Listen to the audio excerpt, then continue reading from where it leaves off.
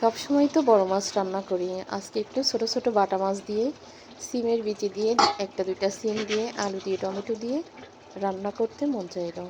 তো এইভাবে গামাখা গামাখা ঝোল রেখে রান্না করেছি, এত মজা হয়েছে। তো কিভাবে রান্না করি পুরো ভিডিওটা দেখেন। সুন্দর করে কিন্তু এখানে বেশি করে পেঁয়াজ মরিচ দিয়ে সিমের বিচি দিয়ে আলু দিয়ে সুন্দর করে হাতে মাখায় মাছটা দিয়েও কিন্তু মাখায় এবার মাছটা উঠায় রাখতেছি।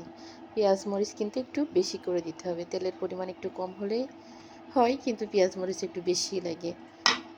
মাছটা মাখায় উঠায় রেখে দিলাম।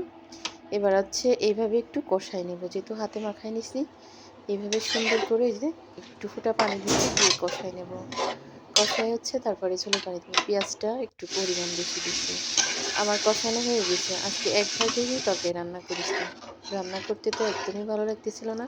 একদিকে শরীর খারাপ, অন্যদিকে তো মন খারাপ। তারপরে তো খাওয়ার জন্য হলো এক ভাগে রান্না করতে হবে, তাই আর কি একদম কেটে কেটে এক ভাগে সহজ রান্না করলাম। আর রাতে চিন্তা করছি বিরিয়ানি নিয়ে আসবো, রাতে আর রান্না করব না। তো আমি কিন্তু সিমটা কষায়ে, যেহেতু নতুন আলু বেশি জাল লাগবে না, সিম কষায়ে টমেটো দিয়েছি, টমেটোর উপরে মাছগুলা সুন্দর করে পাতায় দিয়ে দিচ্ছি। রান্না বান্না আসলে করার জন্য সুন্দর, কিন্তু একটু মন মানসিকতা লাগে। হসপিটালে যদি কেউ থাকে তাও একদম নিজের